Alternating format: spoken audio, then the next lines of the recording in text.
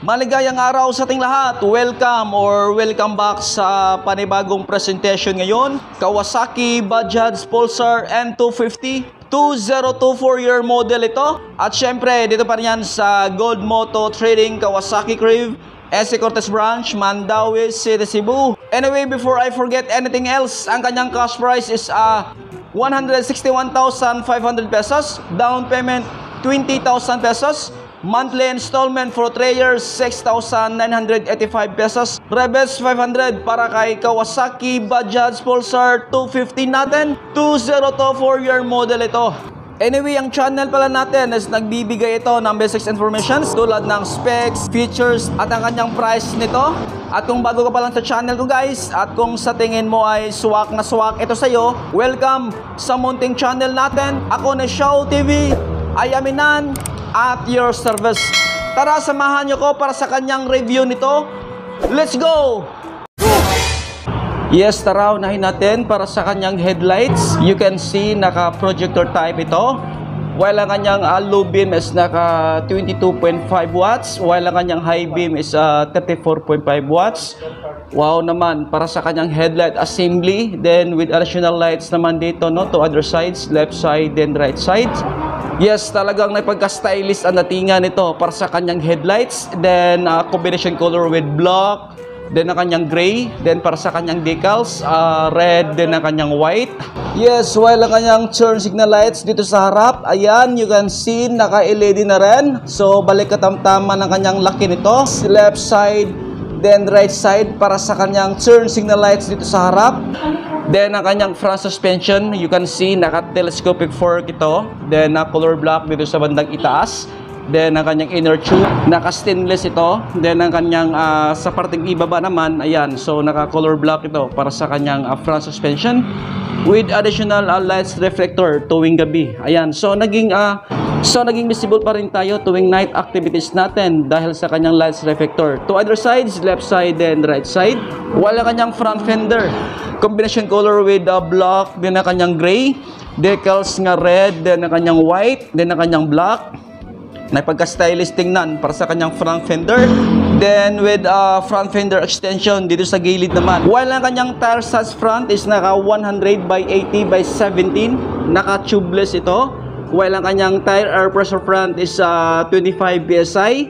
While ang kanyang rim size front is 2.15 by 17. Naka mugs wheel. Yes, naka disc brake with ABS. Then naka dual piston caliper ito para sa kanyang preno dito sa harap. Yes, tara, silipin naman natin dito sa bandang likuran. You can see para sa kanyang grab handle. Ayan, so naka-silver to, metal na metal. Napagka-stylish ang datingan nito dahil sa kanyang hugis nito, no? Yes, talagang left and right nakasiparate ito mga ma'am sir para sa kanyang grab handle. Napagka-stylish talaga. So, laking tulong pa rin ito para sa mga riders natin. While ang kanyang brake light, anti-light, ayan, you can see, naka-LED na ito. Then, napagka-stylish talaga para sa kanyang brake light, anti-light. So, iba na. So, talagang nagbago na ang kanyang brake light, anti-light ito. Ayan, ang gandang tingnan mga ma'am sir. Yes, para sa kanyang turn signal lights dito sa likod. Ayan, so, naka-LED na ito. To other sides, left side, then right side. Katamtaman ng kanyang laki nito ma'am sir, no? Then location naman ito para sa kanyang license plate lights. So wali ilawan ito para sa kanyang plate number with additional lights reflector tuwing gabi. So naging visible pa rin tayo during night activities natin. Then location naman ito para sa kanyang plate holder.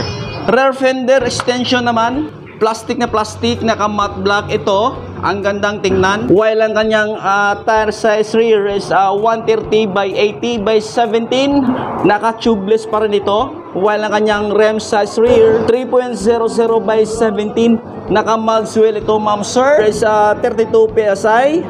While ang kanyang disc brake naman with ABS na ito. Then naka-single piston caliper para sa kanyang preno dito sa likod.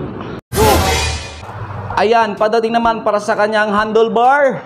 You can see, naka-naked type pa rin ito. Napagka-stylish pa rin pagdating sa kanyang handlebar. While ang kanyang handlebar switches dito sa left sides, yes, naka-indicate pa rin ang kanyang dimmer switch, high beam, low beam. Then ang kanyang turn signal light switches, left side, right side. Then ang kanyang horn button. At syempre, may passing light switch ito. Then, ang kanyang clutch lever. Walang kanyang clutch type is naka-with multi-desk ito. While dito sa right side naman, para sa kanyang handlebar, so nakaindicate pa rin ang kanyang engine skill switch. Has 2 position, on position, then ang kanyang off position. Starter button, throttle grip, bar ends, brake lever dito sa harap. Then ang kanyang front brake fluid reservoir, naka .3 or .4 ito. Then location naman ito para sa kanyang ignition switch, has 3 position, on position, off position, din ang kanyang steering locks. Good news ma'am sir, may sariling port charger ito para sa mga Androids natin or para sa mga gadget natin dahil may sariling charger port ito. Oh yes, padating naman para sa kanyang fuel tank. Fuel tank capacity 14 liters. Ayan, you can see 14 liters na full tank. Laging bagay na ito ma'am sir, no? Para sa mga long rides natin, even sa mga riders natin. So bali, mahaba-haba na rin yung mararating natin para sa kanyang full tank capacity. No reserve ito ma'am sir. Then you can see para sa kanyang design ito. Combination color with black, then ang kanyang gray. Ang gandang tingnan. Then emblems na Pulsar. Wow, premium na premium ang datingan nito para kay Pulsar N250 natin. Yes, pagdating naman para sa kanyang driver seats, ayan, ay pagka-stylish ang datingan nito ma'am sir, no? Ramdam ko yung napagka-rough niya. While ang kanyang OBR seats or ang kanyang passenger seats, same as usual, no? Ramdam ko yung napagka-rough niya. Ang gandang tingnan. Then Pulsar, kung maklaro nimo, ayan, para sa kanyang OBR seats. Yes, tara, silipin naman natin para sa kanyang instrument panel. Napagka-stylish pa rin ang datingan nito dahil sa kanyang hugis nito. Then, napagka-rectangular ang kanyang design, no? So, naka-semi-digital panel ito mga ma'am sir, no? For me. Then, you can see para sa kanyang side stance indicator, turn signal lights indicator left side, high beam indicator lights, then ang kanyang high engine oil temperature indicator, then ang kanyang low battery indicator, malfunctions indicator, din ang kanyang low oil pressure indicator. While dito sa gitna naman is ang kanyang tachometer. Ayan, so you can see naka-analog type pa rin ito, pero naka-advanced features ito mga ma'am sir. Then dito sa bandang ibabaw naman para sa kanyang indicators, then ang kanyang RPM indicator lights, then ABS indicator, turn signal lights indicator right side, then ang kanyang neutral indicator lights. While dito sa bandang ibaba naman mga ma'am sir, no? Ayan, so indicator pa rin ito para sa kanyang gear indicator, then ang kanyang speedometer indicator, digital clock, low fuel indicator, service reminders, fuel level indicators, trip meter, then ang kanyang odometer.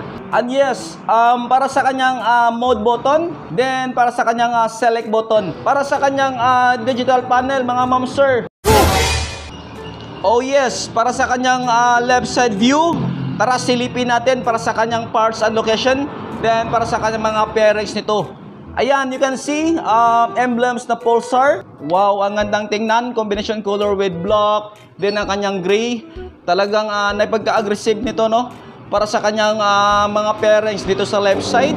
Then decals na color red, then ang kanyang silver. Ayan, so simple lang pero brusco ang datingan nito. Then again, yes, naka-red, then kanyang silver, then ang kanyang black para sa kanyang mga pairings nito. While dito sa bandang left side pa rin, ayan, so decals assembly by Kawasaki Motor Philippines Corporation. Then dito naman sa bandang gilid pa rin sa left side, yes, you can see para sa kanyang decals N250, combination color with red, then ang kanyang silver.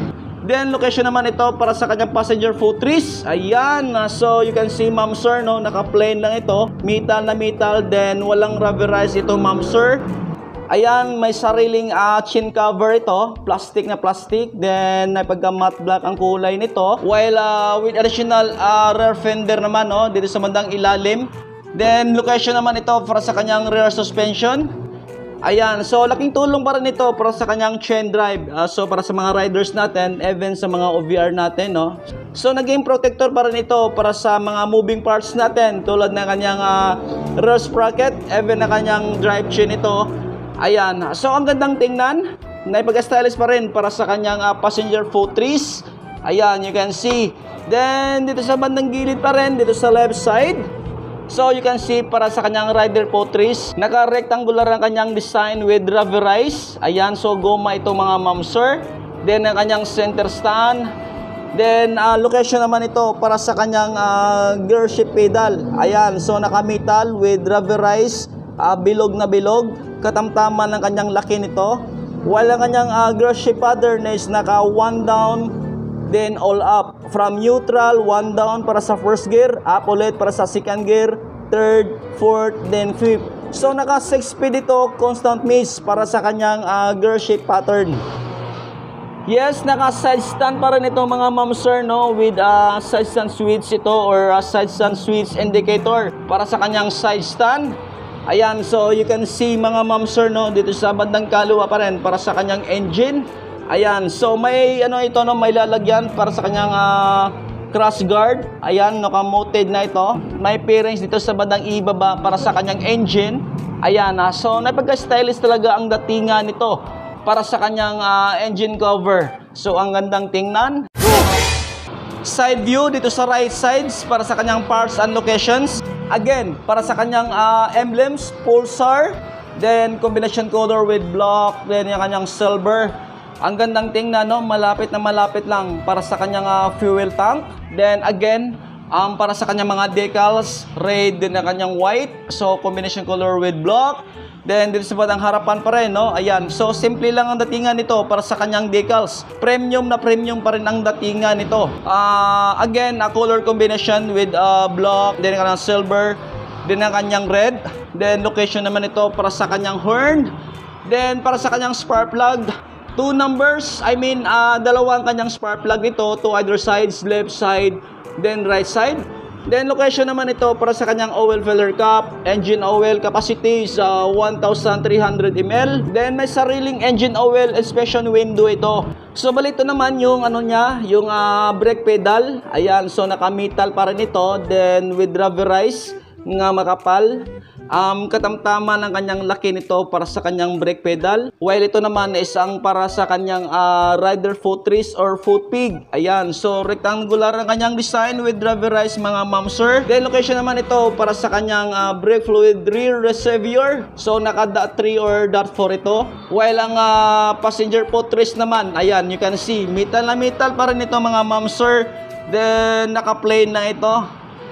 Yes, ang gandang tingnan, no, para sa kanyang passenger Potris. Then pagdating naman para sa kanyang mga muffler. Ayan, napaka-stylish pa rin ang datingan nito. Naka double barrel ito, no, para sa kanyang muffler. Katamtaman lang kanyang laki nito. Then pagdating naman para sa kanyang swing arm, ayan, so metal na metal pa rin ito. Then at matibay naman ito, naka color black ito mga ma'am sir.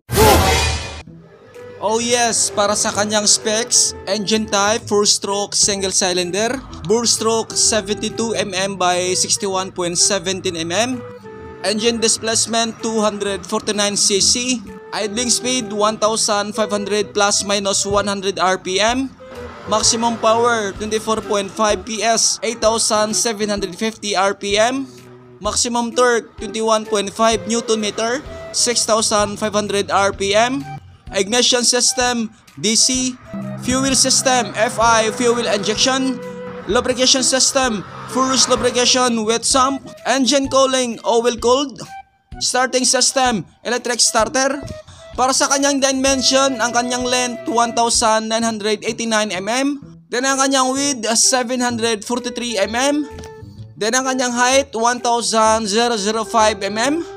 Wheelbase meaning between the distance from the center of the front wheels to the center of the rear wheels 1,351 mm. Ground clearance 165 mm. Vehicle curve width 162 kilograms. And lastly, ang kanyang cash price 161,500 pesos. Down payment 20,000 pesos. Monthly installment for 3 years 6,985 pesos. Rebates 500 para kay Kawasaki, Bajaj Pulsar N250 fuel injected. At syempre, dito pa rin yan sa Good Moto Trading Kawasaki Crib, S.C. Cortez Branch, Mandawi City, Cebu. Welcome sa munting channel natin. Ako na Show TV. I am Inan at your service. Matsalam.